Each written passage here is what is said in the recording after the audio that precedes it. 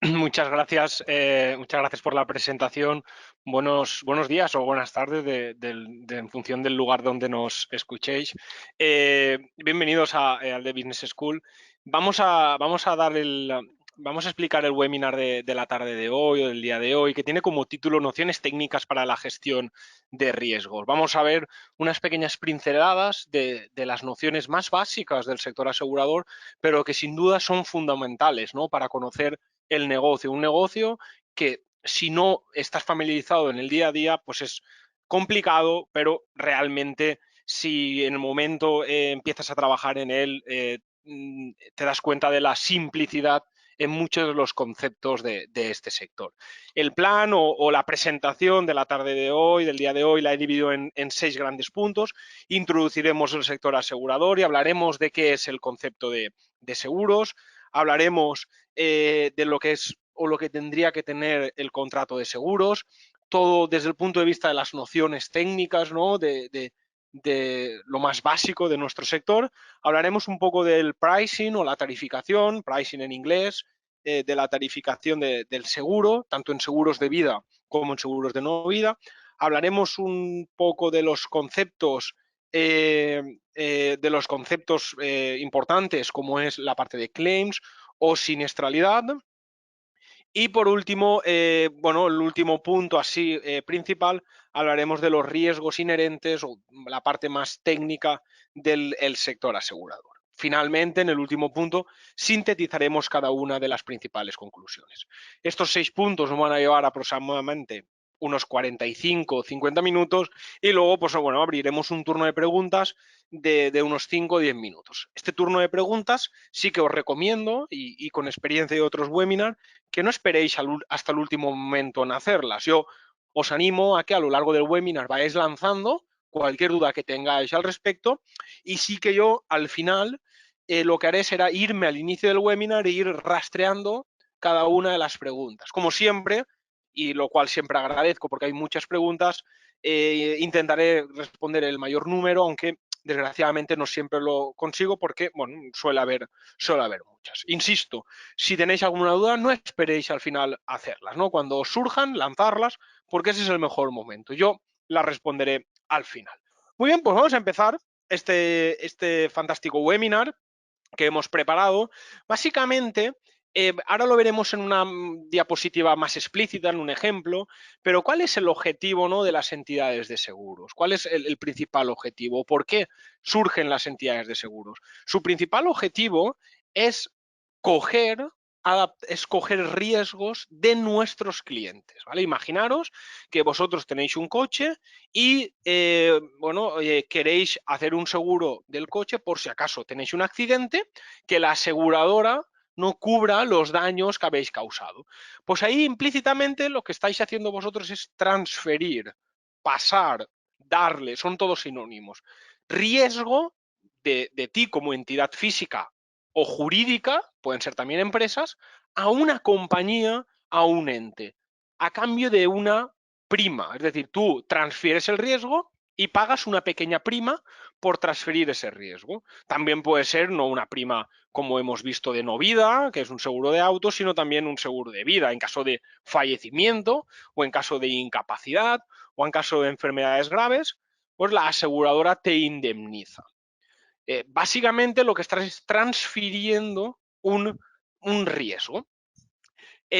Básicamente, ¿qué características son las que se fundamentan o cuáles son las nociones técnicas de cualquier riesgo? Tiene que tener, y ahí lo tenéis, 6 principales características.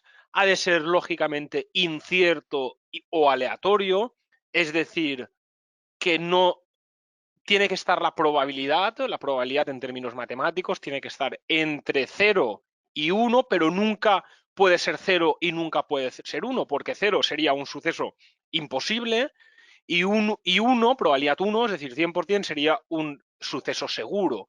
Por lo tanto, tendría que estar entre 0 y 1, pero sin coger el 0 y sin coger el 1. Es decir, tiene que tener asociado una probabilidad, tiene que ser aleatorio, posible.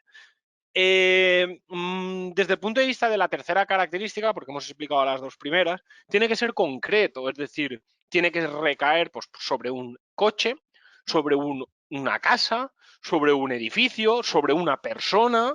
Es decir, tiene que ser concreto y que esté delimitado perfectamente en la póliza de seguros. No puede ser abstracto, porque si es abstracto y puede ser que en caso de ocurrencia del siniestro, pues no se sepa si está cubierto o no. Y de hecho, muchos de los casos que acaban en un juzgado, es decir, que interviene el juez, es porque el riesgo no es concreto, no está delimitado correctamente en la póliza de seguros. Y entonces, pues por como no está bien definido, acaba en los tribunales, ¿no?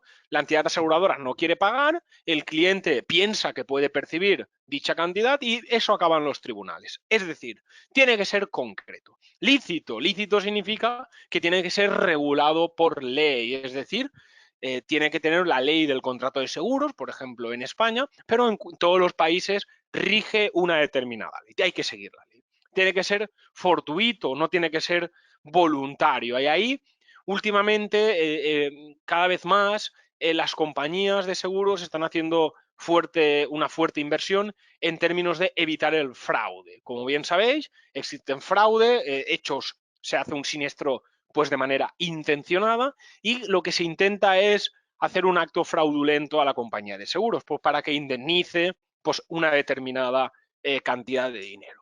Entonces, tiene que ser fortuito, es decir, no tiene que ser intencionado. Y por supuesto, tiene que tener un contenido económico, es decir, hemos de saber medir la cantidad. Una gran diferencia, y eso hemos estado esta semana debatiendo en el foro de debate, una gran característica del contenido económico es la diferencia entre los seguros de vida y no vida, ¿no?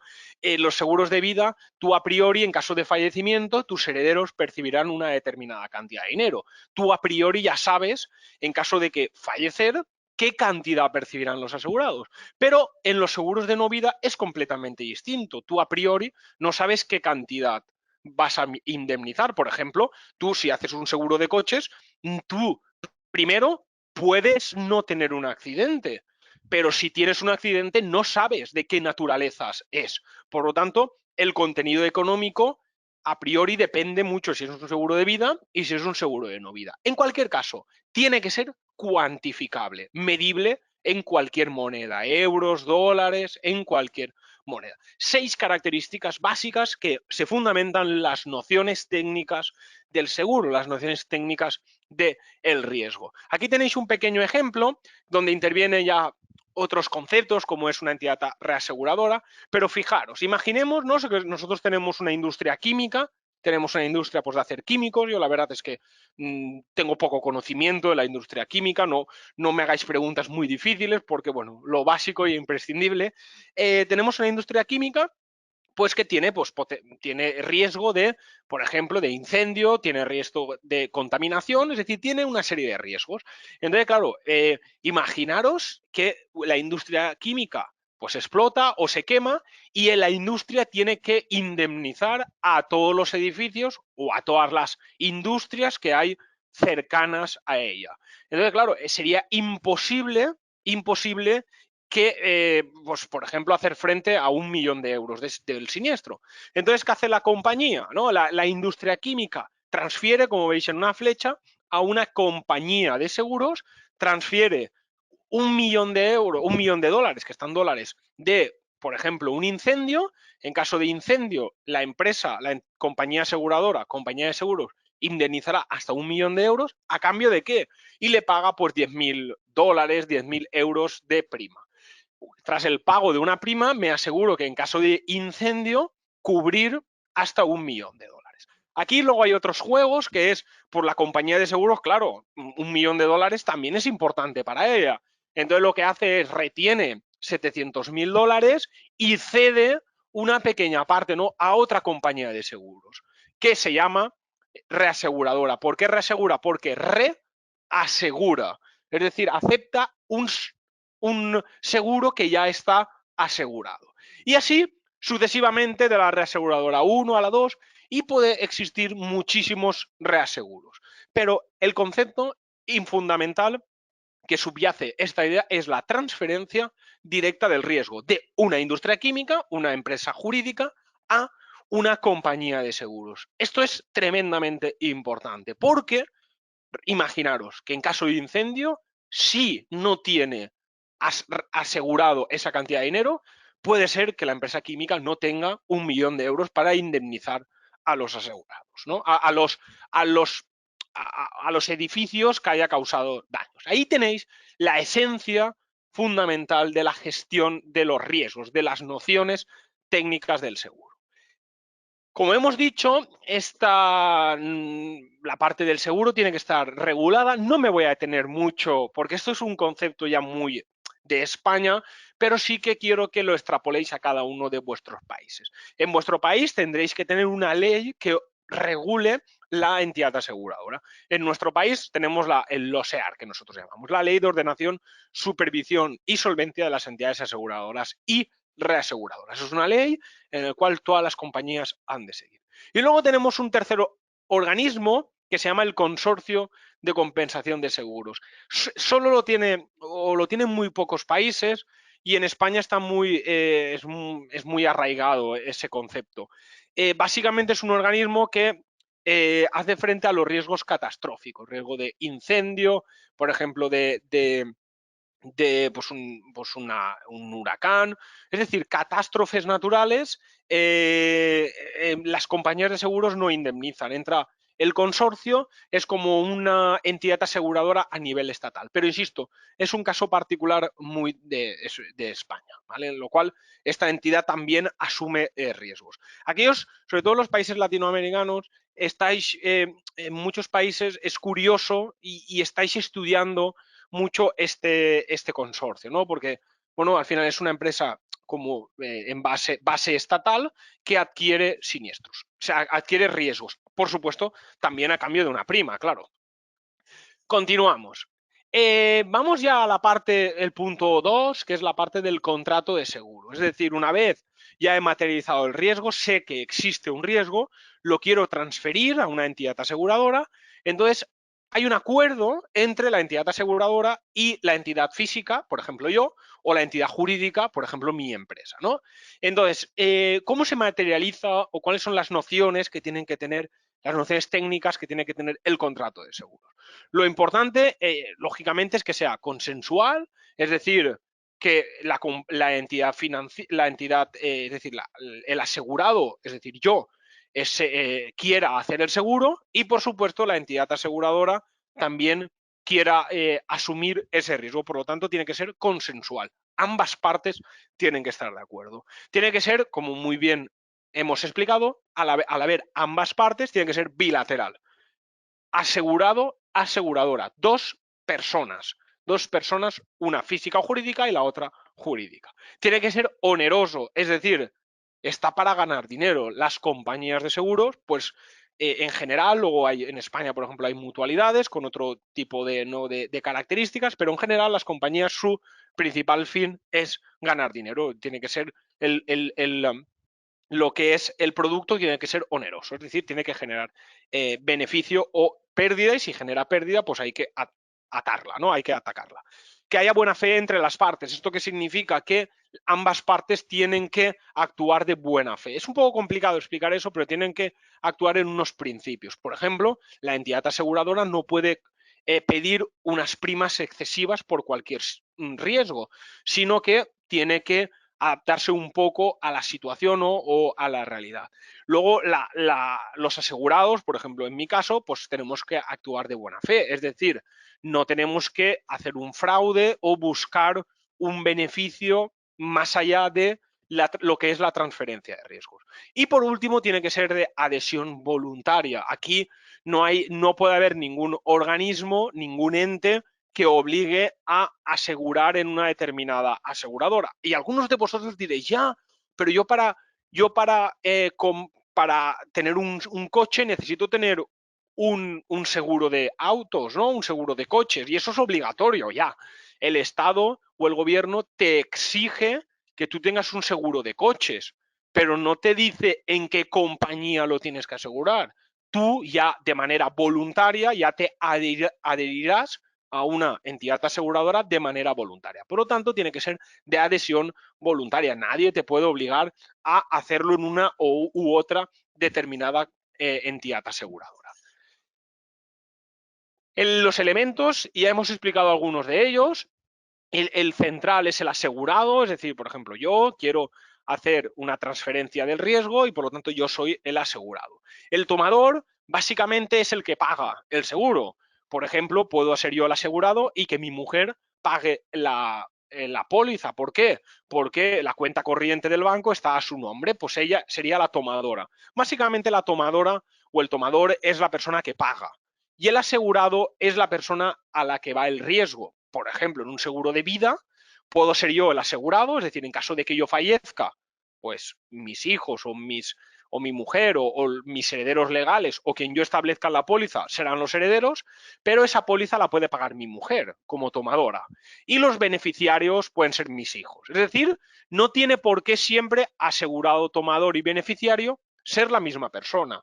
Pueden serlo. Por ejemplo, si yo me aseguro mi coche y yo pago el recibo, es decir, el asegurado soy yo, el tomador soy yo porque pago, el asegurado soy yo porque es mi coche y el beneficiario voy a ser yo porque en caso de siniestro la aseguradora me indemniza, ¿no? Entonces, son tres conceptos que la gente los confunde enormemente, pero que son fáciles de entender, ¿no? Asegurado sobre el que recae el hecho causante o el hecho del riesgo, el tomador, el que paga a la entidad aseguradora, y el beneficiario es, en caso de que ocurra el siniestro, ¿quién es el beneficiario?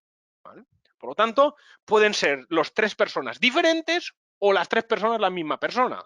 Es decir, hay muchísima casuística. El asegurador es la entidad aseguradora y la póliza es, como hemos dicho, ¿no? El acuerdo entre las partes se ha de firmar en un contrato, ¿no? Y el contrato se determina a través de una póliza de seguros. Muy bien, vamos ya con la parte más, para mí ya empezamos ya a ser más interesante, y luego vamos a ver un ejemplo real, y esto ya entramos ya a lo que es la esencia de las nociones técnicas del sector asegurador.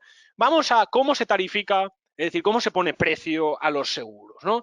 Esto, bueno, entender que lo voy a explicar como en 10, 15 minutos, pero esto requiere pues un mayor entendimiento, requiere pues muchísimo más estudio y necesitaríamos solo a lo mejor 2 o 3 webinars para explicar bien las bases técnicas del sector aseguro, ¿no? Del pricing. Primero arrancamos con lo que nosotros determinamos la prima pura o la prima de riesgo. Es decir, prima pura o prima de riesgo es como la prima básica, la prima a partir de la cual se empiezan a incluir los distintos gastos. Esta prima hay que diferenciar si estamos en un seguro de vida, un seguro de fallecimiento, pues se utilizará por las famosas tablas de mortalidad. Cada país tiene sus propias tablas de mortalidad que, pues bueno, elaboran distintos organismos, en este caso, por ejemplo, en nuestro caso en España, la Dirección General de Seguros, pero estas tablas de mortalidad están definidas por ley. Y luego, si el seguro es de no vida, por ejemplo, de autos, de hogar, multirriesgo, responsabilidad civil, necesitamos técnicas estadísticas para predecir, de hecho, técnicas estadísticas predictivas que me permitan conocer el riesgo, ¿no? Una vez ya he llegado a la prima pura por estos distintos procedimientos, tablas de mortalidad en seguros de vida o técnicas estadísticas en seguros no vida, en cualquiera de los dos casos yo obtengo la prima pura, lo que necesito es ir incrementando esa prima pura, como ir inflándola hasta la prima de recibo. ¿Cómo lo incluyo? Lo primero que calculo es la prima de inventario. Esta prima de inventario tiene unos gastos internos. ¿Para qué son estos gastos internos? Pues estos gastos internos es para hacer frente a los gastos que tiene la compañía de seguro. Por ejemplo, sueldos y salarios de sus trabajadores, alquileres, gasto en equipos informáticos, suministros, agua, luz, que ahora la luz está barata. Es decir, para hacer frente a todos estos gastos, la compañía de seguros tiene que repercutirlos al cliente. Lógicamente lo tiene que pagar el cliente, como cualquier fin, ¿no? Cualquier empresa los gastos de sueldos y salarios pues los paga el cliente a través del producto. Posteriormente, como bien sabéis, estos productos de seguros los vende una empresa o un agente, por ejemplo, un corredor, un broker, un agente libre, a través del canal directo o vía telefónica. Básicamente hay unos gastos que se llaman gastos externos o gastos de comercialización. Por lo tanto, si yo tengo que pagar a una tercera persona por comercializar ese seguro, yo tengo que imputárselo al cliente. Si se va a llevar un 20% de la prima, yo se lo tengo que imputar al cliente. Y finalmente, una vez tenga la prima comercial, simplemente tendré que añadir los impuestos legalmente repercutidos al seguro. Estos impuestos, como es lógico, cada país determina una serie de impuestos. Por ejemplo, nosotros en los seguros de no vida, pues tenemos un 8%, que es el IPS. ¿Sí?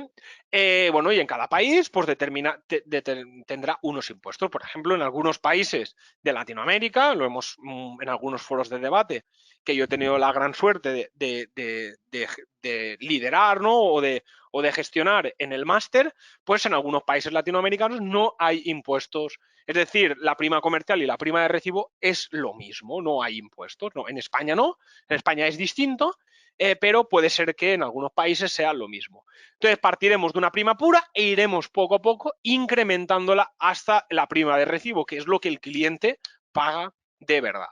Muy bien, vamos a hacer ahora, yo creo que si no he preparado mal, efectivamente, vamos a entrar un poco más en cada uno de estos conceptos. De hecho, vamos a hacer un caso real, pero primero de todo vamos a determinar cómo se calcula esta prima pura.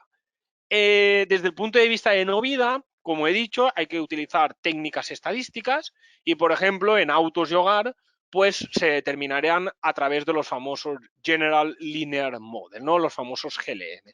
Los GLM no son más que es un ajuste de regresión, pero donde las variables se comportan, o sea, son no normales. Es un poco más avanzado, es una recta de regresión pues múltiple, pero con algunas casuísticas, ¿no? Tienen una función, el link que une la variable explicativa a las variables dependientes, pero bueno, no vamos a entrar más allá porque eso ya es bastante avanzado y es muy actuarial.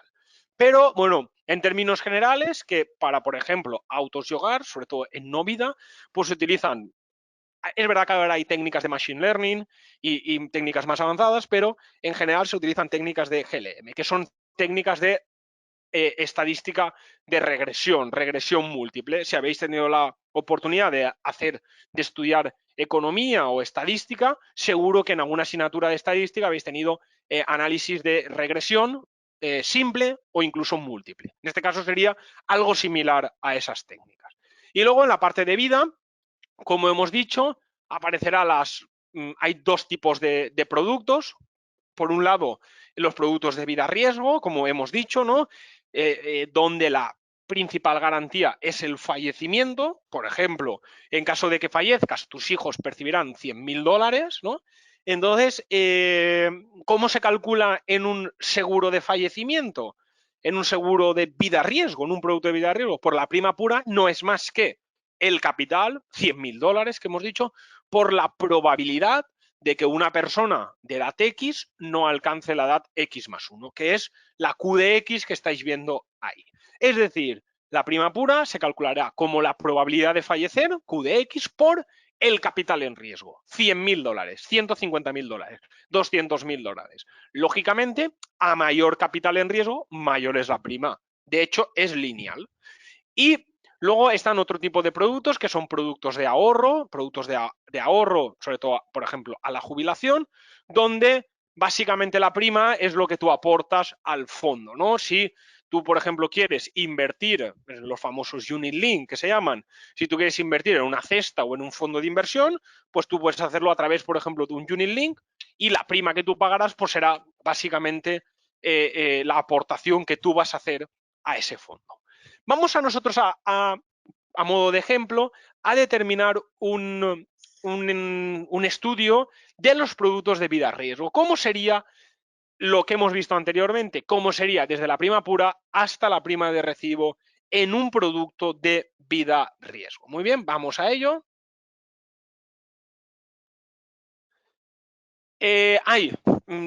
Pensaba que íbamos a ir al ejemplo aquí y estaba más explicado aún la parte, perdonar, porque pensaba que estaba en la siguiente diapositiva, ya estaba, perdonar, pensaba que iba la diapositiva de vida. Vamos incluso a focalizar un poco a la de no vida, aquí en la prima pura. Aquí en la prima pura tenemos que conocer en no vida tanto el número de siniestros, por ejemplo, en un seguro de autos, un seguro de coche. Nosotros tenemos que identificar, conocer la distribución de la probabilidad, significa de el número de siniestros y la cuantía de los siniestros, es decir, frecuencia y cuantía. Frecuencia y cuantía. Hay algunos métodos también de cálculo de primas, los famosos loss ratio, básicamente es siniestralidad dividido entre primas cobradas, ¿no? Por ejemplo, loss ratio del 60%. Significa que el 60% de las primas que tú ingresas vas a pagarlo en términos de siniestralidad. Eso es una manera un poco antigua de calcularlo, pero algunas compañías lo siguen utilizando. O lo que hemos visto, lo que hemos explicado, los modelos GLM, pues que yo lo he explicado antes con más detenimiento pensando que no tenía una diapositiva específica, pero bueno, aquí tenéis la diapositiva y los famosos GLM. Desde el punto de vista de vida, pues es un poco, ¿no?, lo que hemos dicho. Para obtener la prima pura a pagar se requieren dos conceptos. Por un lado, hemos dicho el capital en riesgo, pues la cantidad de dinero que la compañía de seguro pagará al asegurado en caso de que fallezca, y la QDX, que es la probabilidad de que una persona, ¿no?, de una edad no alcance un año más. Es decir, la probabilidad que tienes, por ejemplo, a la edad de 40 años. Esa probabilidad viene determinada en las famosas tablas de mortalidad. Muy bien, por la prima pura no es más que esa probabilidad por el capital en riesgo. ¿Cómo pasamos de la prima pura a la prima de inventario? Recordad, fijaros, si no os recuerdo mal, ¿cómo pasamos? Pues de la prima pura, prima de inventario, prima comercial y prima de recibo, ¿no? Vamos a la prima de inventario. Pues en la prima de inventario es la prima pura más los gastos internos, ¿no? ¿Cómo calculamos? En el numerador, veis la prima pura, que es de nuevo, es la probabilidad de fallecimiento por el capital en riesgo. Eso es en el numerador. Partido 1 menos el porcentaje en porcentaje de los gastos de administración. Muy bien, la prima comercial, y esto es muy importante, la prima comercial, aunque aquí veáis que parte de la prima de inventario, para el cálculo se arranca de la prima pura. De hecho, esto ha sido otro tema de debate en el foro de esta semana, en el máster. Es decir, la prima comercial no arranca de la prima de inventario, no, arranca del inicio de la prima pura. Mirad el numerador. En el numerador está la prima pura, pero además de los gastos internos, hay que añadirle los gastos externos y se calcula así, miradlo. Prima pura en el numerador dividido entre 1 menos el porcentaje de administración y el porcentaje de adquisición. Muy bien, vamos a ver un ejemplo, vamos a ver esto con datos, ¿no?, que lo podamos tocar, que sea más amigable. Imaginaros que tenéis 55 años, que queréis asegurar que en caso de que vosotros fallezcáis, vuestros herederos legales, por ejemplo, vuestros hijos, perciban 80.000 euros. Los gastos de administración de la compañía de seguros son el 10%, necesita el 10% para pagar a sueldos y salarios, alquileres, equipos informáticos, impresoras, no, impresoras son equipos informáticos. ¿Qué más? Luz, agua, es decir, todos los gastos internos de la compañía. Un 28% para gastos externos, para pagar a nuestra red de comercialización y unos impuestos de unos $10, ¿no? Vamos a calcular cuál sería la prima, obtener la prima de recibo. ¿Cuánto le cuesta a nuestro asegurado, es decir, a mí, cuánto me cuesta este seguro, ¿no? Entonces vamos a arrancar desde la prima pura hasta la prima de recibo. Muy bien, pues vamos con la prima pura. Si me voy a las tablas de mortalidad, he utilizado la tabla de hombre, porque esto es en Europa, la sentencia Test-Achach del año 2012 prohíbe discriminar por sexo. Es decir, a un hombre y a una mujer no les puedes cobrar distinta prima en función del sexo. ¿Vale? Es una sentencia que en Europa salió En algunos países latinoamericanos, pues esto no aplica y hay una discriminación. No es que es discriminación, de hecho, en términos estadísticos, la probabilidad de muerte, la probabilidad de morir de un hombre es más alta que la de una mujer, porque las mujeres, por término medio, viven más. De hecho, os recomiendo un webinar que es de longevidad que habla de esto, ¿no? De hecho, es un webinar que impartí yo, donde la esperanza de vida de las mujeres es más alta que la que los hombres. Por lo tanto, en un seguro de vida, los hombres van a morir antes y tendrían que pagar una cantidad superior. En Europa, pues ambos pagan lo mismo, ¿vale? Es una sentencia que salió, pero no en todos los países. Bueno, independientemente de esto, nosotros hemos utilizado la tabla de mortalidad de los hombres y como podéis ver, ahí está la probabilidad de que una persona de 55 años no alcance los 56 años. Es decir, es 3 de cada 1000. 3 de cada 1000 hombres no alcanzarán, 3,7 de cada 1000 hombres no alcanzarán los 56 años, ¿no? Son estadísticas oficiales. Por lo tanto, la probabilidad, ¿no? El 0,003714 por 80.000 euros, que es el capital. Es decir, la prima pura son 297,08 euros. Lógicamente, si en vez de ser 80.000 fueran 160.000, pues la prima sería el doble, 594.016 euros, ¿no? 594 serían 594,16 euros. Yo he dicho 594.000, no, me he equivocado. Le he añadido 3 ceros sin querer. Es decir, si multiplicáramos por 2 el capital en riesgo, deberíamos de multiplicar por 2 la prima pura. Muy bien, vamos a continuar, porque solo tenemos la prima pura. Muy bien, pues vamos a mirar la parte de arriba, la prima de inventario. Es decir, pasamos de una prima pura de 297 a una prima de inventario de 330. Hemos añadido un 10% de los gastos. ¿Cómo lo hemos hecho? Pues uno menos el porcentaje de los gastos. Luego la prima comercial, que está en el medio. Es decir, a la prima de inventario hay que añadir los gastos externos. Pues de igual modo, en el numerador, la prima pura, ¿veis? Numerador, prima pura, y denominador tanto los gastos internos como los gastos externos, 479 euros. Y por último, los impuestos, la prima de recibo, 479 más 10 dólares en impuestos, 489,16. En resumen, tendríamos una prima de 297 dólares en prima pura, 330 prima de inventario, 479 en prima comercial y 489 que es lo que realmente paga el cliente. Y todo esto sería como desglosarlo. Esto es así en todos los sectores, porque alguna vez en alguna clase, tanto en presencial como en online, me han dicho, no, pero es que esto tal, en todos los sectores es así. Si vosotros compráis una botella de agua que vale 20 céntimos de euro o de dólar o de lo que sea, esos 20 céntimos los podéis desmenuzar. 10 céntimos que me cuesta producirla, 4 céntimos el transporte, 5 céntimos la empresa que me lo vende y 1 céntimo de impuestos. Y ahí tienes los 20 céntimos, es decir, también se puede desglosar. Me parece que el sector asegurador en esto suele ser bastante transparente. Y así es como se calcula el precio del seguro en un ejemplo de seguro de vida. Muy bien, vamos ahora a la parte 4. Hemos visto la parte de que paga el cliente, es decir, que el asegurador paga de manera pues, periódica o por un seguro, y ahora vamos a ver realmente que luego existe la posibilidad de que el cliente pues, tenga un accidente, pues que tenga una avería en casa, seguro de autos, seguro de hogar, que fallezca, seguro de vida, que tenga una enfermedad, seguro de vida, que tenga una incapacidad, seguro de vida, que tenga un accidente, pues seguro de accidentes. Es decir, eso se materializa en lo que se llama claims, es decir, siniestros en español, claims en inglés. Básicamente es cuando acaece el siniestro, se convierte en un gasto. Eso es un gasto para la compañía. Por lo tanto, es importante. Y ahí tenéis, fijaros, distintos tipos de claims.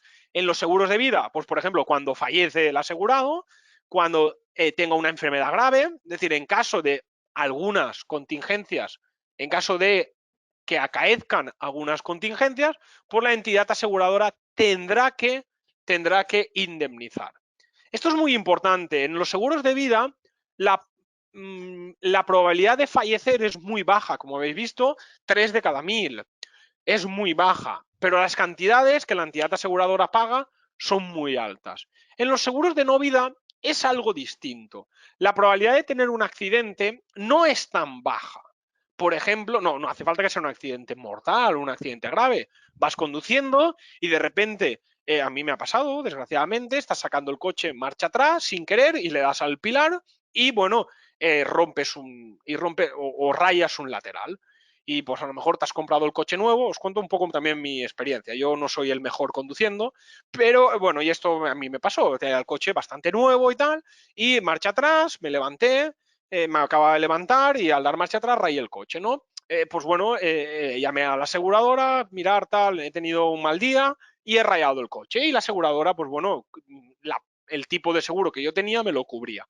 Y si no recuerdo mal, la reparación costó 200 euros.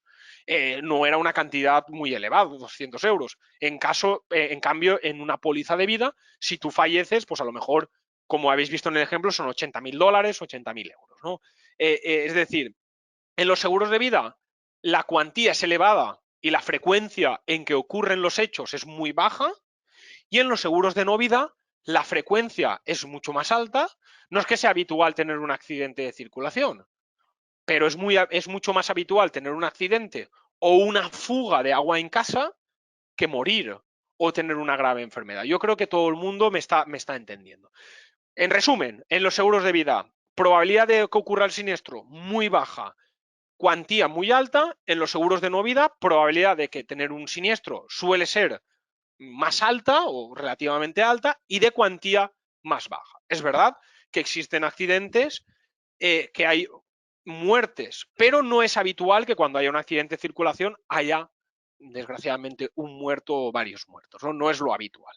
Entonces, bueno, ya conocéis cómo se comportan los siniestros, tanto en vida, en los seguros de vida, como en los seguros de no vida. Y ahora ya, por último, yo creo que es el último punto, voy a animándoos, nos quedan de la parte de presentación, voy súper bien últimamente. Cuando empecé, no sé si es el webinar 20 o 22 que imparto en EALDE, pero cuando empecé a hacer webinars me enrollaba muchísimo y siempre llegaba el moderador pobre o me tenía que cortar porque siempre me enrollaba más de la cuenta. Y últimamente, los 4 o 5 últimos que he hecho, pues estoy cumpliendo en tiempo, la verdad es que muy bien. Vamos ahora a dar como un vuelco completo, porque recordamos, el título se llama Nociones técnicas del sector asegurador, y hemos visto como la parte más del cliente, ¿no? Es decir, las nociones que le afectan al cliente. Vamos un poco a dar un cambio radical y vamos a ver cómo ve el sector, es decir, nos vamos a posicionar desde la compañía de seguros, ¿no? Para la compañía de seguros, ¿qué riesgos tiene la compañía de seguros? Muchísimos, muchísimo más. Hasta que no estás dentro de una compañía, no te das cuenta de los riesgos que tiene una compañía. El primero de ellos, el riesgo de suscripción. Imaginaros que yo estoy cogiendo riesgos, ¿no?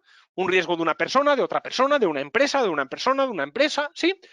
Entonces tendré que medir muy bien qué empresa o qué persona me da su riesgo. Porque imaginar, si una persona está cercana, porque tiene una enfermedad, a fallecer, pues tendré que rechazar ese riesgo, porque es un riesgo donde tiene una probabilidad muy alta de fallecer. O le cobro una prima exageradamente alta o rechazo el siniestro. Es decir, la política de suscripción o el departamento de suscripción mide el riesgo, analiza la calidad del riesgo. ¿Qué riesgo voy a acoger como entidad aseguradora? La entidad aseguradora tiene la potestad, es decir, puede, la ley se lo permite, rechazar un riesgo. Si vosotros sois amantes de una entidad aseguradora y queréis aseguraros en ella, no siempre la entidad aseguradora va a querer hacer un contrato. Recordad que es un contrato bilateral, de adhesión voluntaria. Lo hemos visto en las características del riesgo.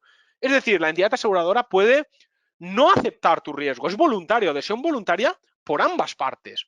Tú eliges la aseguradora, pero la aseguradora también pueda elegir a sus clientes. Por lo tanto, el riesgo de suscripción, el riesgo que tiene de no elegir bien a sus clientes.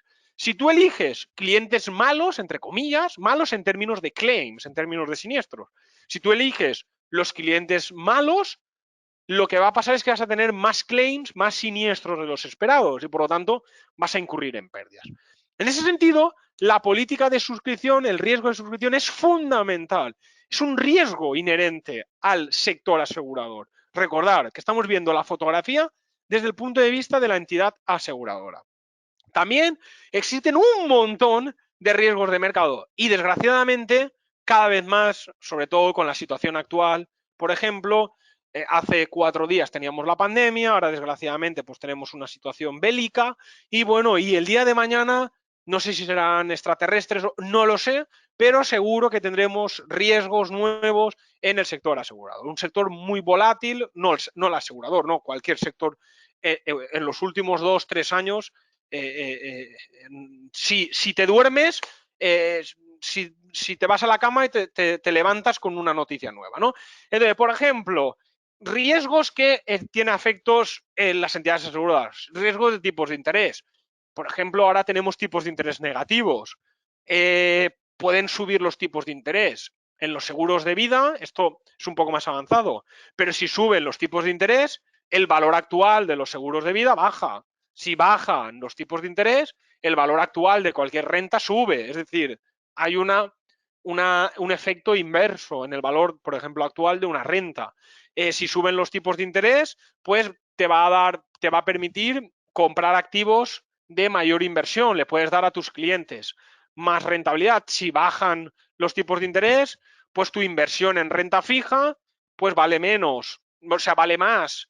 Es decir, los tipos de interés es un riesgo prácticamente diario en la cartera de seguros. Renta variable. Si cae la bolsa, y tú tienes dinero invertido en bolsa, pues tu dinero valdrá menos y por lo tanto tendrás una pérdida latente. Inmuebles, de repente, pues tú compraste un edificio en una zona muy exclusiva y de repente, me invento, ponen un vertedero cerca de esa zona y claro, la zona se deprecia, ya no vale tanto. Pues al comprar el inmueble, tienes un riesgo de inmuebles, de que ese inmueble se pierda valor. Por ejemplo, riesgo de divisa, es decir, que tu valor, de hecho, en la situación actual de guerra que se encuentra gran parte del mundo, ¿no? Porque al final es a nivel mundial, lo que les afecta, pues hay un riesgo de divisa, de que tu divisa se aprecie o se deprecie, bueno, en función del país donde estés, ¿no? Entonces, bueno, en general, cualquier tipo de inversión que tenga la compañía de seguros o cualquier tipo de localización afecta a riesgos inherentes a su negocio, ¿no? Fijaros, he enumerado ahí 2, 4, 6 riesgos de tipo de mercado. Riesgo de suscripción hay un montón, la verdad que no nos da tiempo a ver en un webinar general, pero bueno, hemos visto algunos ejemplos. También, fijaros, riesgo de contraparte. Imaginaros, ¿no?, que compráis bonos bonos del Estado, bonos de Alemania, por ejemplo. Compramos como entidad aseguradora, queremos invertir en bonos de Alemania. De hecho, Alemania es de los países más seguros en términos de contraparte, pero bueno, puede imaginar que invertimos en un país donde tenga una calificación crediticia pues más baja. Existe el riesgo de que no nos pague de manera periódica los cupones de esa inversión. Entonces, bueno, hay un riesgo de contraparte. Hay un riesgo operacional. Este es un poco curioso. El riesgo operacional es un riesgo de que, por ejemplo, en el departamento técnico de una compañía de seguros se introduzca mal un valor en el teclado. Y diréis, ¿y esto es posible? Claro que es posible. De hecho, mucho más de lo que os imaginéis. De lo que os imagináis. Un riesgo operacional es que un trabajador introduzca mal una cantidad de dinero o interprete mal un dato. Existe ese riesgo y puede causar daños económicos a la entidad aseguradora, no a nuestra empresa. Muy bien. Y como objetivo, es decir, para todo esto, para estudiar todo esto, nace la normativa de Solvencia II. Es decir, todos estos riesgos, de hecho hay más de los que hemos visto, pero bueno, por términos de tiempo no nos da tiempo. No, por términos de tiempo no podemos verlos todos. Pero todos estos se estudian en la normativa que se determina Solvencia II. Esta normativa, pues bueno, su principal objetivo es reducir riesgos, es decir, que la compañía de seguros estudie cada uno de los posibles riesgos, como hemos visto, de riesgo operacional, tipos de interés, de renta variable, de concentración, de divisas, es decir, que estudie cada uno de estos riesgos, que al estudiarlos los conoce mejor y puede perfectamente disminuir estas pérdidas que pueden ocasionar en caso de que ocurran estos riesgos. Le sirve de un sistema de aviso, es decir, cuidado, que los tipos de interés están bajando y lo estás viendo, si bajan más de determinada cantidad de valor, te puede ocasionar una pérdida de X millones de dólares. ¿Vale? Pues permites un sistema de aviso. Fomenta, lógicamente, fomenta confianza, porque nuestros clientes, si ven que tenemos un seguimiento de nuestros riesgos, pues van a confiar en nosotros y nos van a dar su dinero para que lo invertamos. Entonces, bueno, da confianza. Esto da mejor eficiencia a los mercados, es decir, cuanto más controlados están, pues mayor es la eficiencia y por lo tanto, pues más transparencia también sería, ay, mirad, lo está abajo de todo, una mayor transparencia. Al final, cuanto más transparente eres, pues más confianza das a tus clientes, que son los asegurados. En ese sentido, y me vais a permitir que vaya un poquito más deprisa, se basaría principalmente en grandes pilares, el estudio de estos riesgos, ¿no? Desde el punto de vista cuantitativo, sería como el pilar 1. Todo esto se fundamenta en 3 pilares principales. El pilar 1, pues el pilar cuantitativo, donde se estudia matemáticamente y en términos numéricos la parte cuantitativa de estos riesgos.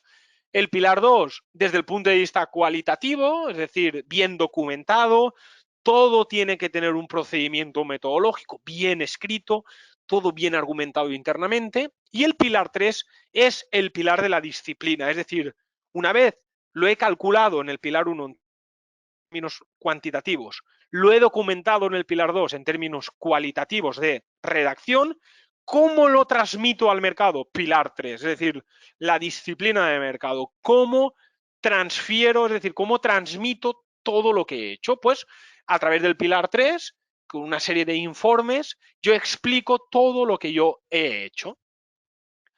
Muy bien, y como resumen, y ahora sí que os voy animando y estamos en tiempo perfecto, hemos visto cuáles son los objetivos del sector asegurador, transferir el riesgo de una entidad física o entidad jurídica a una entidad aseguradora. Hemos visto las características del seguro, tiene que ser de adhesión voluntaria, bilateral, bueno, las hemos visto todas, las características del contrato de seguro. Hemos visto cómo se pueden tarificar, cómo se poner precio a seguros de vida y de no vida. Hemos visto un ejemplo de un producto de vida riesgo donde hemos partido de la prima pura a la prima de recibo. Hemos analizado qué tipo de siniestros se pueden acontecer en nuestro sector asegurador y hemos visto por encima como una otra parte del sector, es decir, como los 5 primeros puntos trataban desde el punto de vista del cliente, ¿no? Del asegurado, y el último punto, cómo ve la película o cómo ve el negocio la compañía de seguros. Pues hemos visto que existen un montón de riesgos que está afecto a las entidades de seguros. Muy bien, y vamos a abrir un turno de preguntas de unos entre 5 y 8 minutos. Voy a aprovechar mientras voy leyendo las preguntas, voy a beber un poco.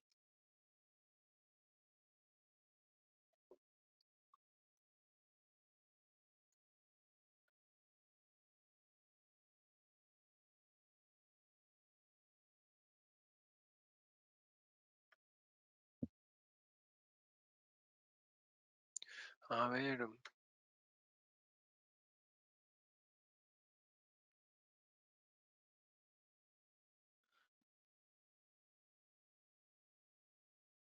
Nos pregunta Adriana una gran pregunta y dice, ¿podrías explicar la conceptualización de la tabla de mortalidad? Vale, la tabla de mortalidad es una estadística oficial. Es una estadística, por ejemplo, en España lo calcula el Instituto Nacional de Estadística, pero en cualquier país tendrá el organismo. Estas tablas de mortalidad básicamente sintetizan la evolución de la mortalidad de un colectivo, de un país. Estas tablas de mortalidad me vais a permitir, no lo suelo nunca hacer, pero lo voy a hacer siempre hay una primera vez. Fijaros, yo creo que veis también mi pantalla, he abierto un Paint. Estas tablas de mortalidad son tablas de mortalidad donde en una columna tienes la edad, 0 años, 1 año, 2 años, 3 años y así sucesivamente hasta 120 años. Y en esas tablas de mortalidad aparecen el número de personas que fallecen, por ejemplo, con 0 años fallecen 1000, con 1 año pues fallecen 2, con 2 años fallecen 3, 5 con 3 años, con 80 años, por ejemplo, fallecen 15.000, porque claro, es una edad avanzada. ¿Cuántas personas hay? Pues con 0 años hay 150.000, por ejemplo, en España, me lo estoy inventando los datos, ¿eh? Con 1 año hay 160.000, pues por ejemplo, con 80 años pues hay 80.000, y aparece la palabra QDX, ¿no? Que es la probabilidad de fallecer. La probabilidad de fallecer pues no es más que este dividido entre este. Es decir, estos son estadísticas oficiales donde un organismo cuenta el número de personas que han fallecido en una edad, cuántas había al inicio, y la probabilidad de fallecer no es más que 1000 entre 150.000, 2 entre 160.000, 3 entre los que hay aquí, 5 entre los que hay aquí. Para 80 años, 15.000 entre 60.000. Pues esta es la probabilidad de fallecer. Esta tabla de mortalidad, se habla de tabla de mortalidad porque incluye todos estos conceptos. De hecho, uno de ellos es la esperanza de vida al nacer, que se determina como con una E de X. Entonces, por ejemplo, 80 años. Todo esto que está así es lo que nosotros determinamos tabla de mortalidad. Y básicamente sintetiza la experiencia de la mortalidad o de la supervivencia, porque lo podemos medir siempre en términos también de supervivencia, de una población. Puede ser un país, puede ser una región, puede ser una compañía de seguros o puede ser, por ejemplo, una provincia. Esto es lo que se contextualizaría como una tabla de mortalidad. Adeline nos pregunta, de hecho, una gran pregunta. Voy con la pregunta de Adeline, pero Roger ha hecho una muy interesante. Dice, ¿cada cuánto se reajusta esa tabla de mortalidad para ser representativa de la realidad? Técnicamente, todos los años, a nivel país, todos los años hay una tabla de mortalidad. Todos los años se calcula la tabla de mortalidad. Pues las tablas de mortalidades son anuales. Las tablas de mortalidad se pueden calcular incluso diario, pero su representación más teórica y más habitual es cada año. Las compañías de seguros utilizaban anteriormente, hace años, tablas de mortalidad cada 15 años. ¿Qué sucede? Que cada vez la mejora de la mortalidad, cada vez hay más esperanza de vida y por lo tanto lo ajustaban cada 15 años, pero por ejemplo en España la nueva ley lo que te dice es que se tienen que ir ajustando cada 5 años. Luego apareció una cosa que yo creo que conocéis, que se llama COVID, y cambió todo el paradigma, ¿no? Y bueno, hay mucho debate en eso, desde el punto de vista de entidad aseguradora, cada cuánto tienes que cambiar la tabla de mortalidad. Desde mi punto de vista tendría que ser cada año, pero claro, desde el punto de vista interno de gestión es muy complicado porque es difícil en términos de tiempo. Entonces se suele hacer cada 5 o 10 años, va un poco en función del país. Pero a efectos población general a nivel país se pueden calcular todos los años. Nos pregunta Adeline, nos preguntaba cómo visualizas el mercado asegurador de acuerdo a la perspectiva global actual. Pues de mucha incertidumbre, muchísima incertidumbre. Yo cuando era más joven, qué buenos tiempos en aquellos momentos, siempre llevo muchos años dando charlas y webinars, yo me atrevía, cuando era joven era muy arriesgado, ahora ya me voy haciendo viejo y ya no me atrevo a dar un pronóstico, porque era joven y si me equivocaba no pasaba nada y si acertaba pues me ponía una medalla. Ahora no te puedo decir, Aileen, lo que sí que sé es que va a tener mucha incertidumbre, muchísima volatilidad, renta fija, renta variable. El sector asegurador se mueve, por ejemplo, en negocios de vida cada vez más hasta márgenes más estrechos. El sector asegurador, las técnicas de InsurTech cada vez más van a tener un papel más relevante, es decir, la digitalización va a entrar en el sector, cada vez más el sector va a estar más especializado, más digital, más hacer las cosas desde casa, por ejemplo, tienes un accidente y a través de una foto con el móvil ya das el parte, es decir, eso ya existe. Entonces, sí que sé que el sector se va a mover hacia una digitalización sin lugar a dudas. Desde el punto de vista de riesgos y tal, pues muchísima volatilidad. No te sabría decir, yo creo que ninguno de nosotros podríamos aventurar qué nos va a deparar la semana que viene. No te digo dentro de un año, la semana que viene. No sabemos, no sabemos la guerra, si va a terminar, va a continuar, no lo sabemos. Incertidumbre máxima la situación actual.